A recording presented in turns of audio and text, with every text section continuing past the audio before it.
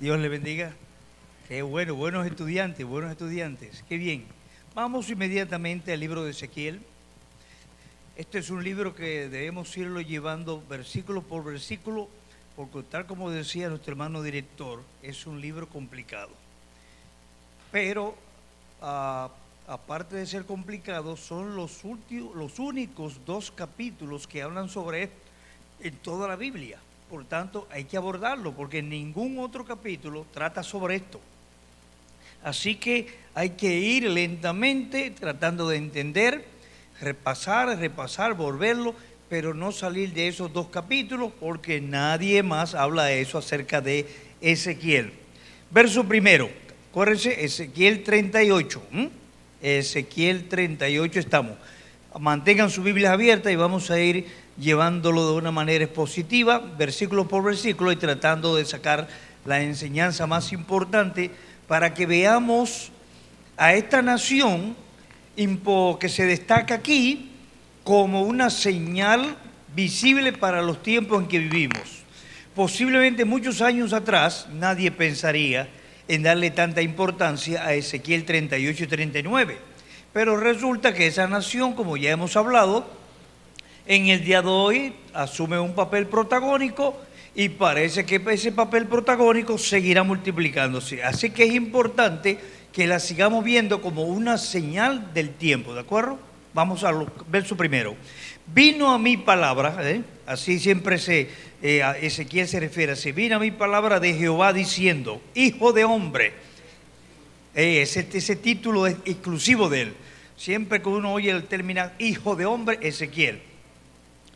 Pon tu rostro contra, oigan bien, contra, pon tu rostro contra God, en tierra de Magog, príncipe soberano de Mesé y Tubal, y profetiza contra él. Es decir, lo que se le está revelando a Ezequiel ahora es una profecía contraria a ese príncipe que se levantará y que recibe el nombre de God, y que viene de una tierra que se le llama Magog, y que es príncipe soberano de Meset y Tubal, y profetiza contra él. Es decir, aquí tenemos la primera narración, un príncipe, God, que se levanta y viene de una tierra que llamaron Magog. Bueno, vamos a detenernos aquí porque es importante que veamos esto de God y Magog, de dónde viene. Vamos a pararnos ahí y vamos entonces a Génesis capítulo 10. 10.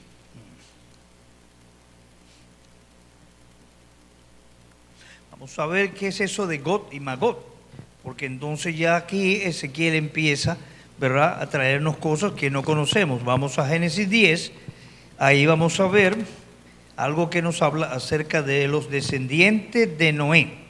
10, verso primero. Génesis 1, 10, 1. Dice así, Génesis 10, 1. Descendientes de Noé. Estas son las generaciones de los hijos de Noé, Sem, Can y Jafet, a quienes nacieron hijos después del diluvio. Importante. Los hijos de Jafet, empieza por Jafet, Gomer, Magog. Mire que aquí aparece el nombre que encontramos allí de la tierra de Magog. Aquí viene el nombre de uno de los hijos, Magog. Madai, Media. Media, después, ese gran imperio, Medo-Persa, Media, los Media. Javán, Javán, los griegos. Tubal, Meset y Tiras, Rusia. Vamos a verlo. Los hijos de Gomer, Asenaz, Rifat y Togarma. Los hijos de Javán, Elisa, Tarsis, Quitín y Dodanín. De estos se poblaron las costas, cada cual según su lengua, conforme a sus familias en sus naciones. Ya el verso 5 en adelante, entonces del verso 6 en adelante nos va a hablar de la descendencia de Can y de otro hijo. Muy bien, eso no nos interesa. Vamos de nuevo a Ezequiel. Entonces ya sabemos que ese príncipe viene de una tierra poblada por uno de los hijos de Noé, Magot, la tierra de Magot. Y le llama a ese príncipe, príncipe soberano de Meset y Tubal. Parece que esas ciudades formaban parte también de esa tierra llamada Magot. Y profetiza contra él. Y di, así ha dicho Jehová el Señor, he aquí yo estoy contra ti, oh God, príncipe soberano de Meset y Tubal. Dos ciudades que en el día de hoy son actualizadas. Meset, Moscú, Tubal, Tobolsky, la segunda ciudad en importancia de Rusia. No hay ninguna declaración hoy, ningún diccionario ni ningún dato de ninguna autoridad que se oponga diciendo lo contrario. Todos los expertos en lingüística, en etnografía y en toda historia y todo coinciden que justamente el término Meset aquí es la palabra primaria de Moscú. Moscú y Tobolsky, o la segunda ciudad de importancia de Rusia. Así que en el día de hoy ya no se tiene ninguna duda de que esta tierra y ese príncipe viene de lo que conocemos hoy como la Rusia actual. Dice el verso 4, y te quebrantaré, es decir, Dios viene contra él, contra ese príncipe que se llama God, de esa tierra, ¿verdad?, de Rusia. Te quebrantaré y pondré garfios en tus quijadas y te sacaré a ti a todo tu ejército, caballos y jinetes de todo, en todo equipados, gran multitud con paveses y escudos, teniendo todos ellos espadas. Este versículo es el que ha traído quizás más problemas en este capítulo, porque está hablando de una guerra moderna. Sin embargo, está hablando aquí de un tipo de arma que no entenderíamos cómo un ejército moderno lo va a usar. Alguien ha dicho, bueno, Ezequiel está describiendo lo que es las armas de su tiempo, pero pensando proféticamente uno diría, bueno, ¿serían estas las armas que se utilizaría hoy cuando posiblemente se va a pelear con drones? ¿Se van a pelear? De ninguna manera, podríamos decir. Sin embargo, vamos a ver más adelante en este mismo capítulo que hay algo que sorprende. Y es que esas armas, aunque parecen fuera de realidad, estarán durante prácticamente 6 meses quemándose para hacer combustible. Entonces ahí es donde viene el gran problema con los eruditos. Cómo esas armas que parecen antiguas podrán estarse quemando durante tanto ese tiempo para generar entonces. Ahí es donde vienen los grandes problemas de este capítulo. No es fácil, muchos grandes maestros en este capítulo han tenido que repasar. Así que no nos preocupemos si en esta noche no entendemos todo, porque hay hombres que han dedicado años y años a este capítulo y todavía no lo han podido entender totalmente, ¿de acuerdo? Son capítulos difíciles. Dice el verso 5. Entonces dice, Persia, fíjense,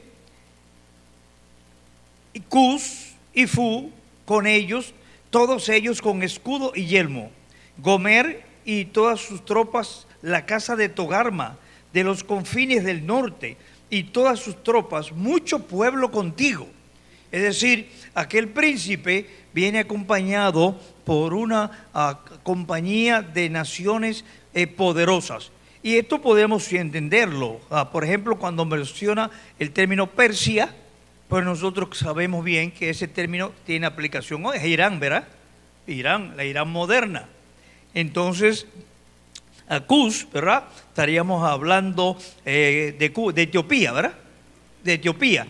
Y correcto, como tú mencionaste el domingo, me parece, o el miércoles pasado, tenemos que hablar de varias Etiopías. Porque siempre hablamos de la Etiopía africana, posiblemente. Pero aquí todo parece indicar, como se está indicando ciudades que tienen que ver con el norte, posiblemente, dicen los autores, es importante ubicarla dentro del ámbito de Arabia, o más bien ese lugar a donde fue Moisés a buscar a su esposa Séfora. Séfora era etíope, morena, de piel morena, etíope, pero sumamente inteligente. Ustedes se acuerdan el caso de la hermana de Moisés, cómo murmuró contra ella y lo que Dios le hizo, ¿verdad? fuera del campamento leprosa, porque era una mujer muy inteligente y posiblemente después cuando se unió con su marido, porque cuando Moisés salió para Egipto, él la dejó en su tierra. Pero ya cuando se volvieron a encontrar, pues Moisés estaba con su mujer. Y ella era muy inteligente, tocaba instrumentos, podía declamar, y una mujer muy inteligente. Y entonces la hermana de Moisés se puso celosa, y empezó a conspirar con Aarón. Y Dios le dijo, vayan los dos al tabernáculo de reunión y nos encontramos allí. ¿Y qué hizo Dios?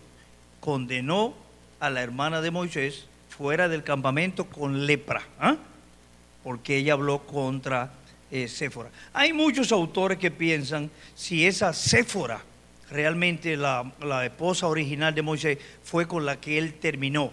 Bueno, si uno revisa autores modernos, actuales, todos coinciden en que sí, que esa Séfora de Etiopía fue realmente con la que él siempre estuvo, y que no es como piensan algunos autores liberales, que Moisés se volvió a casar con otra mujer. Así que Persia, Cus y Fud, Fud es Libia. Aquí también mira el mismo caso. Se puede pensar en la Libia africana, ¿verdad?, donde estuvo el coronel Gaddafi, que nosotros sabemos ya por la historia reciente lo que pasó con él, ¿verdad?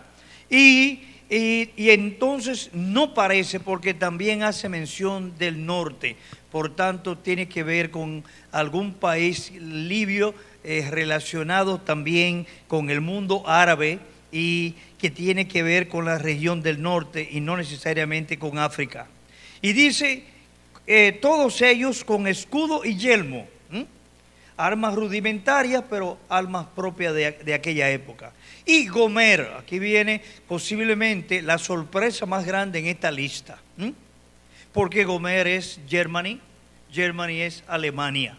Entonces, la pregunta y la sorpresa grande es, ¿cómo es posible que Alemania venga en este grupo aquí? Porque Alemania hoy por hoy es la cabeza principal de Europa. La economía más importante de Europa hoy es la alemana y después la francesa. Son las únicas dos economías en el día de hoy que se puede hablar de cierta estabilidad. Todas las demás economías de hoy, ustedes las revisan uno por uno, como lo he hecho yo, toda la economía europea está en el suelo, totalmente en el suelo. Solamente Alemania y Francia están más o menos a nivel estable. Entonces, Alemania es la cabeza de Europa, no solamente productiva, no solamente industrial, ¿verdad? Alemania en inteligencia, en sabiduría, en todo, Alemania es sin duda algo que hay que distinguir en Europa. Entonces, aquí resulta que no viene con Europa, porque la Biblia habla de grupos diferentes, habla de Europa, pero ¿por qué Alemania, siendo el país más importante, no viene con Alemania, sino que viene con la Confederación del Norte? Fíjense ustedes cómo la Biblia cambia. Y ahora en nuestros días, posiblemente 10, 15, 20 años atrás más, los autores que leían esto decían, pero no es posible eso. Que sea Gomer, que sea Alemania, eso tiene que haber una confusión ahí. Y ha habido mucha crítica para tratar de demostrar que no es Alemania. Pero los últimos trabajos que se han hecho certifican, prueban que es realmente la Alemania que conocemos hoy. Entonces se sigue dando la misma pregunta. ¿Cómo viene Alemania formando parte de este grupo donde Rusia es la cabeza? Parece que ya en el día de hoy, como nosotros estamos viendo, parece que habrá cierta alianza de carácter energético.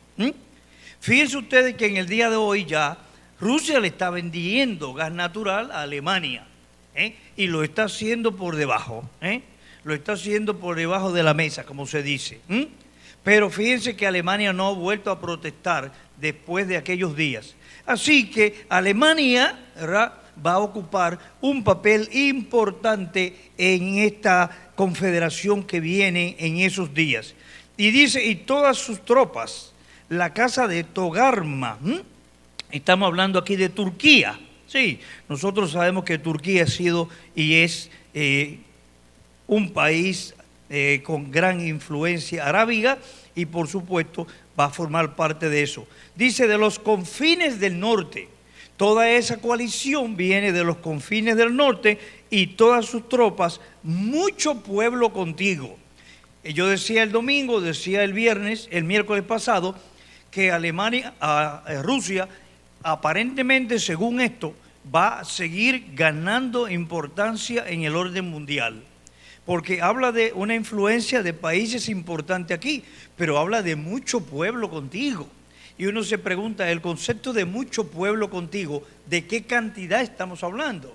Bueno, eso pudiera ser una influencia que antes no se conocía, pero que ya se conoce hoy, en el sentido de que esa gran nación tiene el control de la energía, tiene el control del combustible. Entonces, en esa medida, ellos van a ir añadiendo pueblos cada día más. Por eso decíamos, ¿perderá ella la guerra? No, no lo puede perder, porque la Biblia habla aquí de que cada día va posiblemente tomando mayor auge. Y en esos días, ya que se aproximarán, tendrá una influencia que dice Ezequiel aquí, que muchos pueblos formarán parte de la coalición que va a encabezar Rusia. Así que es muy importante para la época que estamos viviendo que vayamos pensando lo que la Escritura ya nos va diciendo con relación a Rusia y a los demás pueblos que pueden venir con ellos. Dice el verso 7, prepárate y apercíbete tú y toda tu multitud que se ha reunido a ti, y sé tú su guarda. Fíjense lo que yo mencionaba, sé tú su guarda. En una traducción de la Nueva Versión Internacional y de la Biblia de Jerusalén, lo que dice aquí, sé tú su jefe. Ellos traducen, sé tú su jefe. Reina Valera aquí traduce, sé tú su guarda. Es decir, que el príncipe que viene de parte de Rusia, o Rusia, es la cabeza de toda esa coalición que la Biblia llama coalición del norte. Muy importante eso. Fijémonos aquí cómo Dios actúa, ¿verdad? Tradicionalmente Rusia ha sido un enemigo del cristianismo. Tradicionalmente Rusia ha hablado en contra de la Biblia y se ha puesto todo lo que tiene que ver con la... Pero dentro de los planes de Dios, Dios ha contemplado en un momento dado de la historia que ese país encabece una coalición que va a oponerse a Israel. Así que fíjense los planes de Dios. Es importante ver cómo Dios maneja su soberanía y cómo Dios maneja la historia. Dios ha determinado que Rusia en ese momento ha de encabezar ese grupo que viene para oponerse. Dice el verso 8, de aquí a muchos días será visitado al cabo de años. La palabra cabo de año siempre en todo el Antiguo Testamento se refiere a la gran tribulación. Siempre, donde quiera que ustedes lo encuentren, pueden buscarlo en el diccionario, pueden buscarlo en la concordancia. Siempre la frase al cabo de año se refiere al tiempo de la gran tribulación. Es decir, que está hablando de una acción que es futura todavía, que vendrá, que vendrá. Por eso tenemos que ver a Rusia hoy como una señal, no como una acción escatológica o final, sino como una señal que nos llevará a una acción escatológica.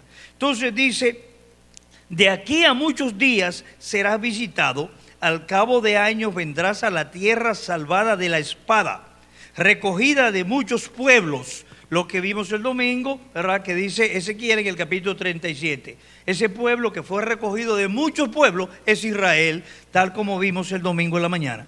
A los montes de Israel, que siempre fueron una desolación, mas fue sacada de las naciones y todos ellos morarán confiadamente. Fíjense ustedes que esto está hablando de un acontecimiento futuro, porque hasta ahora nunca hemos visto a Israel morando confiadamente en su tierra.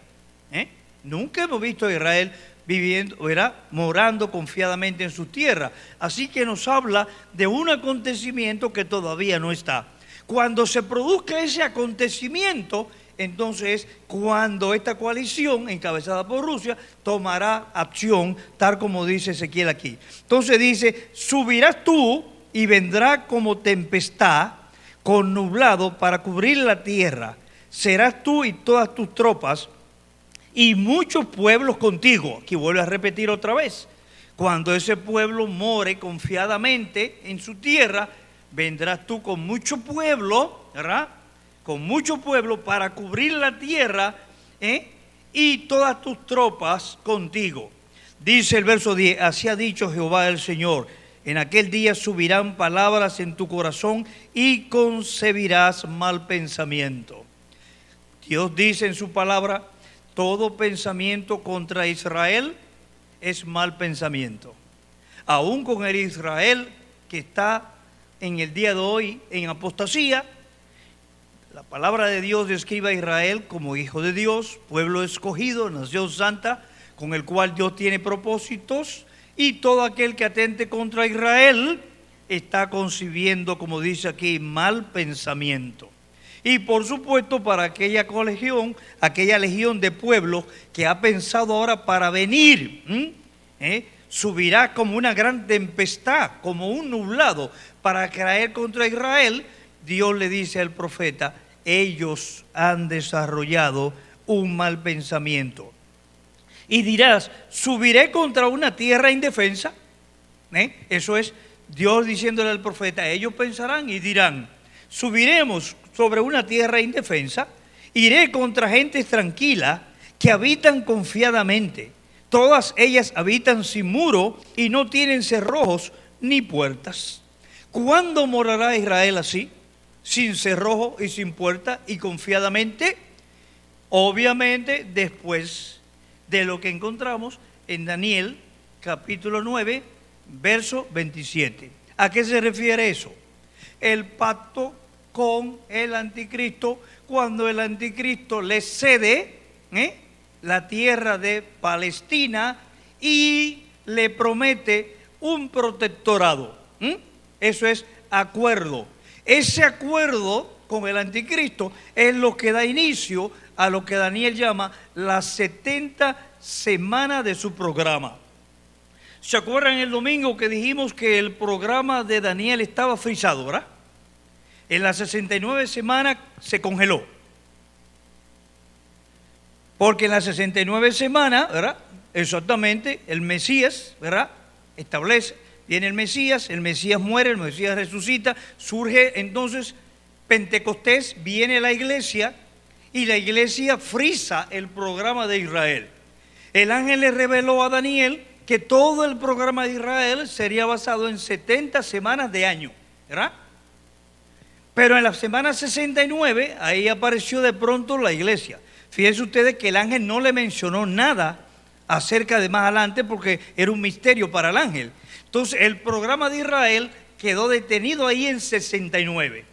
Y entonces se introduce ahí lo que se llama un paréntesis. Ese paréntesis es la posición de la iglesia que viene a ocupar ahora el programa de Israel. Frisa el programa de Israel y entonces surge la iglesia como un misterio.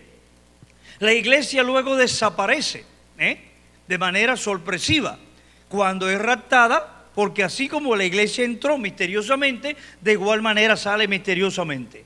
Hemos dicho que no hay ningún acontecimiento, ninguna noticia, no hay nada que tenga que suceder para que la iglesia sea sacada. La iglesia será raptada en un momento, ¿verdad? De una manera sorpresiva. Y luego de eso, entonces, aparece un príncipe romano que hace un acuerdo con Israel, ¿verdad?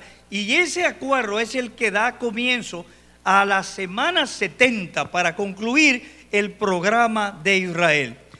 La semana 70 tiene que ver con gran tribulación total. Es decir, el programa de Israel termina con toda la tribulación necesaria para depurar a Israel, para prepararlo para el retorno de su Mesías y para que Dios purgue los que son capaces y están en condiciones de entrar en el disfrute del reino milenial. No todo Israel entrará. Cuando se produce la gran tribulación, Zacarías dice en su capítulo 12, 13 y 14, que Israel pasará por una situación tan difícil que de cada 3 hombres, 2 mueren. De cada 3 hombres, 2 mueren durante la gran tribulación. Es decir, ese Israel que conocemos ahora o el que pueda haber en aquel tiempo, antes que el Señor venga, no será el Israel que estará listo para entrar a la tierra. Entonces, todo eso que vendrá será para preparar a Israel durante esas semanas 70 y ahí concluye el programa que Dios ha determinado para Israel y luego viene la parte del milenio. Así que es importante que tengamos esto en mente. Entonces, ¿cuándo está Israel confiadamente? Bueno, cuando el anticristo le ceda la tierra. Acuérdense que es importante eso. Hay guerra por esa tierra. Pero Dios ha determinado que el que la va a entregar es el anticristo. Hasta que el anticristo no aparezca, el problema de Palestina siempre seguirá. Porque Dios determinó que el que va a ser entrega de esa tierra es el anticristo. A través de ese pacto, ¿verdad?, que Daniel narra en su capítulo 9. Él le entrega la tierra y hace un protectorado con ellos, que es lo que Isaías en su capítulo 28 y verso 18 llama un pacto con el Seol o un pacto de muerte, porque ellos están confiando en que el anticristo le va a garantizar la tierra y protección. Y por supuesto, cuando no hay confianza y no hay esperanza en el Mesías, en Dios, todo pacto es de muerte, termina en fracaso. En ese sentido, Israel hace un pacto con el anticristo y él le dona, ¿verdad? Él le atribuye a ellos, ¿verdad?, el disfrute de la tierra. Entonces, cuando ellos toman la posesión de la tierra, es cuando dice aquí que ellos pueden morar sin cerrojo, sin ningún tipo de protección. ¿Por qué? Y ni puertas ni nada, porque están confiados que nadie se atreverá a ponerle la mano. Claro, estamos hablando que en ese momento quien ha cedido la tierra es el hombre más poderoso de la tierra. Estamos hablando de nada más y nada menos que el anticristo, que en ese momento va a controlar toda Europa, posiblemente casi gran parte del mundo. Entonces, en ese sentido, confiando en eso, ellos pueden decir, podemos morar confiadamente. Pero, por supuesto, toda confianza que no es en Dios no es real. Entonces, dice, vendrán ellos para arrebatar despojos y para tomar botín. Yo me he puesto a preguntar varias veces y he buscado muchos comentarios para tratar de ver en aquel tiempo qué podríamos ver a la luz del botín. Y dice, para poner sus manos sobre la tierra desierta ya poblada y sobre el pueblo recogido de entre las naciones, que se hace de ganado y posesiones, que mora en la parte central de la tierra. Posiblemente en esa época, ya viviendo Israel en paz y con cierta seguridad y con tranquilidad, bueno, van a surgir muchas cosas. Acuérdense que dentro de ese periodo se levantará el tercer templo, ¿verdad? El tercer templo, porque luego el anticristo se va a sentar en el templo propagándose como Dios, ¿verdad? Entonces, durante ese tiempo surgirá un nuevo templo. Sin duda Israel va a desarrollar toda su tecnología y su conocimiento y su grandeza y su gran agricultura, ¿verdad?, que es una de las agriculturas que sostiene casi Europa. Entonces, entendemos que Israel va a tener un gran desarrollo. Pero muchos autores piensan que hay dos cosas que posiblemente a ellos les va a llamar la atención en ese tiempo. Uno tiene que ser las riquezas del Mar Muerto. Se considera que en las profundidades del Mar Muerto hay grandes riquezas minerales, grandes riquezas valoradas en millones, en millones de pesos. Entonces, eso pudiera ser un atractivo para Rusia y toda esa legión en cuanto a entrar a eso. Pero yo pienso en el día de hoy, cuando habla aquí de botín y poner sus manos sobre la tierra desierta y poblada, en el combustible, ¿verdad? En el combustible, que posiblemente en esa época no se podía ver, pero ya en el día de hoy es una estrategia. El que tiene combustible tiene riqueza. Entonces, ¿qué desearían esas naciones importantes? Bueno, yo pienso garantizar combustible. Entonces, yo pensaría que para mí ese propósito de invasión y de poder tiene que ver con obtener algún tipo de control sobre combustible. Ahora, hay también una idea muy importante respaldada por grandes maestros de nuestra línea, y es que este movimiento de esas tropas y de esos países pudiera ser una respuesta a que ellos no están conformes con que el anticristo le haya cedido a Israel la tierra de Palestina. Y posiblemente Rusia está encabezando esta invasión para tratar de rescatar la tierra otra vez, porque el anticristo le ha entregado la tierra de Palestina a Israel. Israel vive confiadamente, dice aquí tan confiadamente que no tiene puerta, no tiene cerrojo, no tiene nada de qué cuidarse, confía en el anticristo. Y entonces los árabes se han quedado prácticamente el lugar central donde está su templo. Ahora viene el templo judío, Israel tiene posesión de la tierra total. Entonces posiblemente esta guerra o esta invasión tiene como objetivo rescatar de nuevo la tierra de Palestina. Fíjense ustedes la importancia que tiene esa tierra. Esa tierra tiene problema hoy y esa tierra siempre va a representar el punto de diferencia entre Israel y sus vecinos. Siempre, hasta ese momento todavía. Ya el anticristo ha entregado la tierra, pero como dicen grandes maestros, posiblemente este ataque tiene que ver con inconformidad de parte de los árabes. De hecho, casi todos los países que hemos mencionado aquí, ¿verdad? Persia, Fud,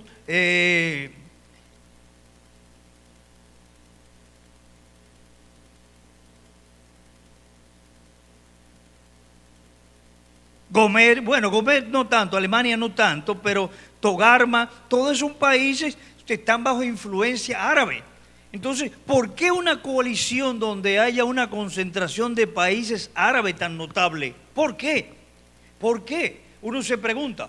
Bueno, uno se diría, aquí diríamos cierta afinidad por el uso del petróleo. Todos esos países son los dueños del petróleo, ¿verdad? Los árabes. Entonces Rusia dominando el petróleo también, ¿verdad? Entonces diríamos, bueno, lo que hay aquí es una combinación petrolera, posiblemente, pero posiblemente tiene que ver con una actitud contraria a lo que ha sucedido. El anticristo, que es la cabeza de Europa, ha entregado Palestina y entonces ellos andan buscando un poderoso que también los auxilie a ellos y que les permita recuperar su tierra otra vez. Entonces posiblemente este sea el trasfondo de esta invasión tan tremenda que viene encabezada por Rusia. Así que dice, subirás tú y vendrás como tempestad, como nublado para cubrir la tierra. Será tú y todas tus tropas y mucho pueblo contigo. Parece que habla de una inmensidad, un ejército. Cuando habla la tierra nublada, habla de una intensidad tremenda de ejércitos. Coincidiendo, dice, muchos pueblos contigo. Habla aquí de naciones grandes y poderosas, ¿verdad? Con armas sofisticadas. Así que viene un tiempo muy, muy difícil, tiempo muy difícil sobre la humanidad en aquel tiempo. Y dice Dios al profeta, y dirás, subiré contra una tierra indefensa. Claro, dicen ellos, iré contra gentes tranquilas que habitan confiadamente. ¿Con quién confía? Pero confiadamente en el anticristo, no en Dios. Israel en ese momento no ha cambiado, sigue siendo mismo Israel. Y mire a quién ha ido a buscar como su protector. Mire en quién ha confiado. Y lo dice, uno se asombra cuando uno ve en Daniel capítulo 9, de pronto como Israel hace ese pacto con el anticristo, ese acuerdo. ¿Por qué? Bueno, ese Israel hace tiempo que está caminando fuera, ¿verdad?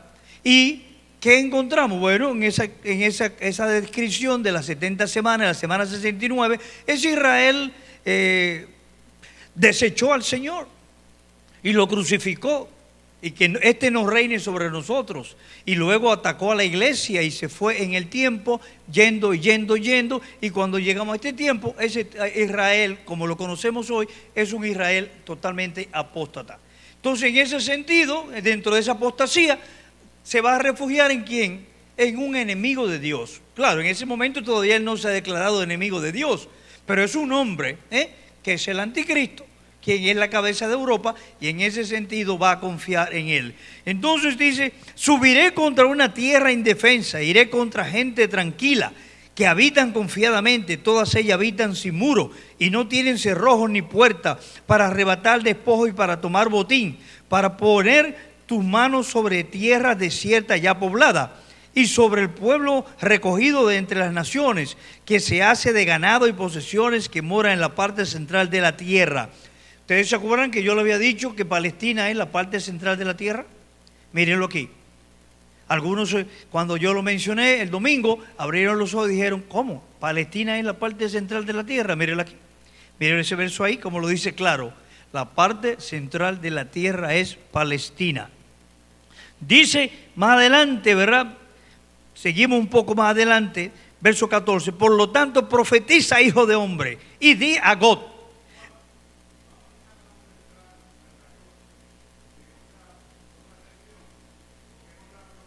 Sí. Muy bien, muy bien. Pues lo dejamos aquí y entonces lo continuamos en esa parte. Muy bien, muy bien. Entonces vamos a ver alguna pregunta que haya sobre eso. Muy bien. Entonces, fíjense que el capítulo es complicado, ¿verdad? Pero no es complicado para nosotros, es complicado siempre. Cuando todos los autores, grandes maestros que uno lee, admiten que estos dos capítulos son complicados, ¿verdad? Pero son los únicos que hablan de ese tema, por tanto hay que abordarlos, y tienen que ver justamente con ese acontecimiento. Ahora, lo que nos interesa ahora no es tanto entender con detalle lo que dice el capítulo 38 ni 39, sino entender que una nación que en el día de hoy está tomando preponderancia ya está narrada aquí. Porque lo que me interesa dejar en la mente de ustedes es que veamos las señales que en el día de hoy están alrededor nuestro y que nos hacen mirar hacia adelante. Es decir, que esa ciudad importante que está peleando con esa guerra y ese país importante como es Rusia, en el día de hoy ya pensando escatológicamente tiene una función, ¿de acuerdo? Así que eso es lo básico. Pero entender los dos capítulos no es tan fácil. Hay que leerlo y releerlo varias veces y uno lo va entendiendo más. Pero en la medida en que el tiempo va corriendo, uno va viendo las cosas un poco más abiertas. Excelente. Muchísimas gracias, John. ¿Hay alguna pregunta de parte de ustedes? ¿El público tiene alguna pregunta? Sobre esto. Recuérdate que si tienes una pregunta, tienes que levantar la mano para que vaya el micrófono donde ti. Es un comentario, como quiera, debe quedar. ¿Puede ayudarnos? Sí. Que desde ya se está dando inicio a lo que es la conformación de un bloque de varias naciones, que son las más numerosas sobre la tierra, y están adquiriendo un desarrollo tecnológico y armamentístico que es impresionante. Señala las naciones a las que tú te refieres. Rusia, China, Irán, Corea, Brasil y otros más que no recuerdo, pero que son forman esas. un mercado que es mayoritario, o sea, más de la mitad de la población de la tierra. Pakistán. Y el avance tecnológico de China es algo que los Estados Unidos están cogiendo miedo, es la palabra correcta, porque le están poniendo sanciones y están afanando en el tema militar también. Muy bien.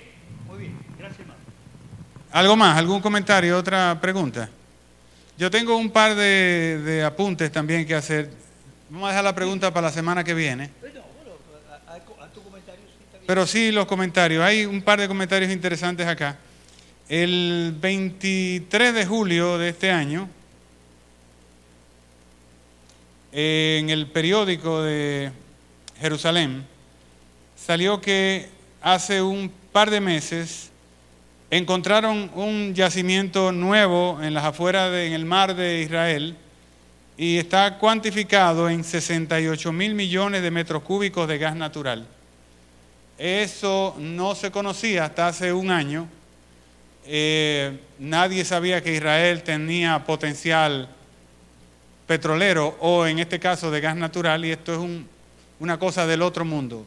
Eso ha cambiado el panorama.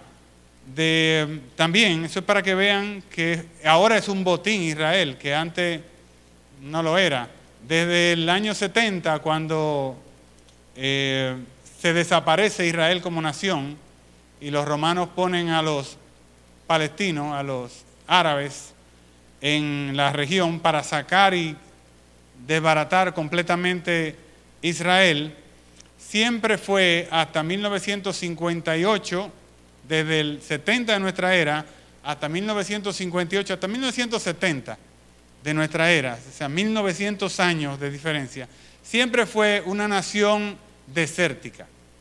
Fue un desierto, ahí no había nada que buscar porque no había nada sembrado. Sin embargo, ahora es como el granero del Oriente Medio, porque es una tierra que está completamente sembrada, bien habitada, y eso aparece acá. La tierra, dice acá,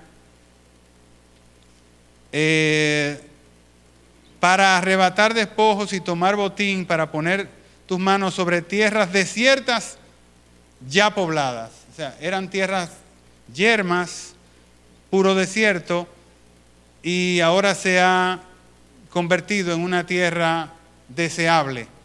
Hay plantaciones en medio de donde no se supone que jamás podría haberlas, y cosas por el estilo. Si me permite hacerle una pregunta, sí. Esta pregunta la tenía reservada para el domingo pasado, y me parece interesante, y me gustaría que nos hablaras acerca de el tópico inicial, el versículo 7 de Amós, que nos dice que no habrá nada, Dios no hará nada que no esté previamente revelado por sus profetas. Entonces, ¿qué pasa con la iglesia? Porque no hay ninguna previsión acerca de la iglesia en el Antiguo Testamento.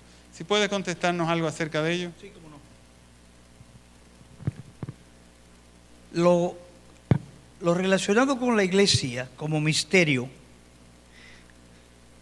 no significa que lo que Dios ha revelado a través de los profetas no tenga aplicación, porque ese mismo término, profeta, se aplicaría, por ejemplo, a Juan al escribir el Apocalipsis, ¿verdad? Entonces, también se aplicaría, acuérdate cuando leímos Mateo 16 y Mateo 32. El capítulo 24 de Mateo, recordarán, yo dije, es una síntesis, es un resumen de todo lo que Juan dice en Apocalipsis desde el 6 al 19, ¿verdad? Recuerden eso. El Señor está sentado en el monte y empieza a contestarle a sus discípulos las cosas que han de suceder. Estas cosas tienen que ver primariamente para ellos en representación de Israel. Para Israel fundamentalmente, porque para la iglesia no hay ninguna señal en cuanto a su levantamiento, básicamente, y su programa. Pero el Señor le advierte a ellos, dice, sean sabios entendiendo las señales de los tiempos. Y ahí tiene que ver que a ellos les está hablando como representantes de la iglesia. Es decir, hay que ver en un momento los apóstoles están representando a Israel correctamente, y en otro momento le está hablando como representantes de la iglesia. Hay que entender que el fundamento de la iglesia está en los apóstoles. Entonces, cuando les habla a ellos y les hace entender que sean sabios entendiendo las señales de los tiempos, está mandando un mensaje directamente también para la iglesia. Entonces, en ese sentido, por eso yo les decía, ¿cómo nos damos cuenta en el día de hoy, dentro del ámbito profético, qué tiene que ver con nosotros? Bueno, las cartas pastorales, lo que Pablo escribe a Timoteo, en ese capítulo 4, en ese capítulo 3 de 1 y 2 Timoteo, en cuanto a los tiempos en que estamos viviendo, qué pasaría en estos tiempos, lo que escribe Judas para la iglesia en cuanto a la apostasía dentro de las iglesias, ¿verdad? Lo que es la iglesia de la Odisea, una iglesia totalmente fría, lo que escribe Pedro refiriéndose a los hermanos de la dispersión y apercibiéndolos en cuanto al tiempo del fin. Todo eso es profecía también, todo eso es profecía también. Correctamente, del Nuevo Testamento, porque tiene aplicación para la iglesia. No podemos decir, bueno, todo lo que Dios hará reveló a los profetas del Antiguo Testamento. No, porque en el tiempo de la iglesia también hay profetas. Es decir, el tiempo de la iglesia también tiene profetas. Diferente a aquello, porque aquellos profetas fueron comisionados directamente para Israel. Y ahora el Señor ha levantado profetas para su iglesia. Cuando Pablo escribe así, está escribiendo como profeta. Cuando Pedro escribe así, Pedro está profetizando también. Y cuando Juan está escribiendo esas para la iglesia, también está hablando como profeta. Y por supuesto, el Apocalipsis, ¿verdad?, tiene una aplicación importante también para la iglesia, aunque, ¿verdad?, fíjense ustedes, no es aplicable directamente. Sin embargo, los dos primeros capítulos, ustedes ven que hay un compendio para la iglesia. ¿Está claro? Muy bien. Espérate que Manuel va a decir algo. Sí, Manuel. Sí, con relación a ese punto, la iglesia y los profetas, casi todos, desde Moisés hasta Malaquías, hablaron acerca de la persona de Cristo. Correcto. Casi todos. Y al hablar de la persona de Cristo, lógicamente, está muy relacionado con la iglesia. Correctamente. Y está muy relacionado con el período que estamos viviendo ahora, que es el período de la gracia. ¿Cómo lo explica el apóstol Pedro? Contemplando las profecías. Correcto. Contemplando a los profetas. Dice en Primera de Pedro, capítulo 1, versículo 10. Okay. Versículo 10 Sí, dice: sí. Los profetas que profetizaron de la gracia destinada a vosotros.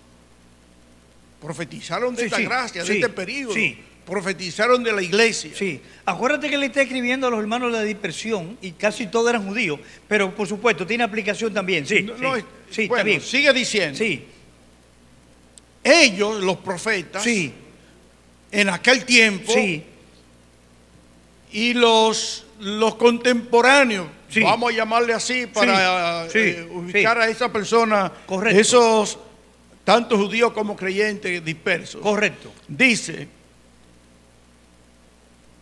los profetas que profetizaron de la gracia destinado a vosotros inquirieron, es decir, investigaron, estudiaron, como estamos estudiando nosotros la cosa por venir ahora. Y diligentemente indagaron acerca de esta salvación, la salvación en Cristo, la salvación en la conformación de ese pueblo. Correcto. Escudriñando qué persona y qué tiempo indicaba el Espíritu de Cristo que estaba en ellos, el cual anunciaba de antemano los sufrimientos de Cristo y las glorias que vendrían tras ellos. Correctamente. Esas glorias que vendrían tras los sufrimientos de Cristo en la iglesia. Correcto. Correcto. Isaías dice Sí, en correcto. 53 Sí, que verá el fruto Sí. de la aflicción de su alma, etcétera, etcétera. sí. Bien, entonces sigue diciendo: a estos profetas se les reveló que no para sí mismos, no para ellos, sino para nosotros, Correcto. administraban las cosas que ahora os son anunciadas por los que os han predicado el Evangelio por el Espíritu Santo enviado del cielo, cosas en las cuales anhelan mirar los ángeles. Correctamente. Lo que quiero decir es Correctamente. que en el Antiguo Testamento hay información acerca de la iglesia, del pueblo de Dios en este tiempo. Bueno, acuérdate, más bien el concepto sería, ellos en la investigación que hicieron con relación a lo que ellos dijeron, porque sería un poquito difícil, tú ves, que hay decir que hay información desde allá sobre la iglesia. Acuérdate que sobre Cristo, sí, un misterio escondido que no se conocía y por tanto no se podía decir nada acerca de la iglesia. Pero al ellos investigar, entendieron que justamente en Cristo y en la iglesia se cumplía eso. ¿Correctísimo? Sí. Correcto. ¿Alguna otra pregunta, comentario? No. Vamos a cerrar por el día de hoy. Nos hemos excedido en unos 10 minutos. Adelante entonces, Manasés. Sí, porque dicen que David va a reinar sobre Israel, que se le va a entregar la tierra a David, porque es el único que puede ser el único rey, David. ¿Eh? Sí. Porque David puede ser el único rey. que puede reinar en Israel, en la tierra, que será entregada la tierra a David, allá en Israel, el anticristo. Segunda Samuel, capítulo 7, encontramos ahí una gran derivación del pacto abrahámico, el pacto davídico. Dios prometió que David reinaría y que Dios levantaría a un descendiente de David con reino eterno. Dios determinó un hombre conforme a su corazón, como es David, y Dios determinó que David reinaría. Y acuérdense el domingo en la mañana cuando leímos el capítulo 37 del libro de Ezequiel, que dice, David mi siervo, lo nombra con claridad y está en el pacto davídico. El pacto davídico encierra perfectamente que David será resucitado para reinar otra vez, porque Dios lo determinó así. La pregunta sería, ¿reinará David como rey o reinará la raíz de David? Bueno, que el Señor va a reinar en el cielo, en la Jerusalén celestial. Mientras tanto, en la tierra habrá un regente, por supuesto, puede ser David o puede ser alguien como David. Para mí particularmente no es David. ¿Por qué? Porque cuando uno lee el capítulo 46 de este mismo libro de Ezequiel, uno va a ver ahí que el príncipe que ejercerá gobierno durante todo ese tiempo hace una serie de cosas que David no la haría. Entonces, cuando usted lee ese capítulo detenidamente, se da cuenta que debe ser alguien como David. Pero hay muchísimos autores, incluyendo autores de mucho prestigio, que dicen que sí, que Dios va a resucitar a David y que será David literalmente, el que va a reinar en la tierra. ¿Qué dice? ¿Qué dice, profesor? Hay una cosa, en lo que yo he estudiado hasta el día de hoy, quien reina es Cristo. Esa es la raíz de David. Va a resucitar desde Adán. Todos los profetas y todo el mundo va a resucitar. El Señor lo dijo en algunos momentos a los discípulos. Ustedes no estarán, a los fariseos les decía, ustedes no van a estar porque los rechazaron, pero ustedes van a comer a la mesa junto con Abraham, Isaac y Jacob, que van a estar resucitados. A Daniel se le dijo, deja todo hasta ahora, al final de los días recibirá tu premio, ¿verdad? Y será levantado también Daniel. Pero quien reina es Cristo. Sobre todo, y Cristo no reina allá afuera flotando. Esas son ideas. Hay quien dice que el milenio ya comenzó. Yo he escuchado todo eso de hermanos que estudian bastante. Y no es así. Cristo va a gobernar sobre Jerusalén ahí y sobre todas las naciones. Fíjense que a la iglesia de Teatira se le dice a los que obedecen, ¿no? Y cumplen. Él le dará autoridad como su Padre se la dio y regirá las naciones con vara de hierro. O sea, los creyentes vamos a gobernar sobre la tierra durante los 1000 años. Cuando terminen los 1000 años, entonces Cristo entrega al Padre. Viene el juicio final y luego cielo nuevo y tierra nueva. Entonces ya el Padre se encarga de todo, por todos los siglos de los siglos, porque ya no habrá tiempo que contar. Muy bien, excelente. Muy bien. Es bueno que sigamos investigando durante la semana. Ya sabemos por dónde viene nuestro hermano John. De manera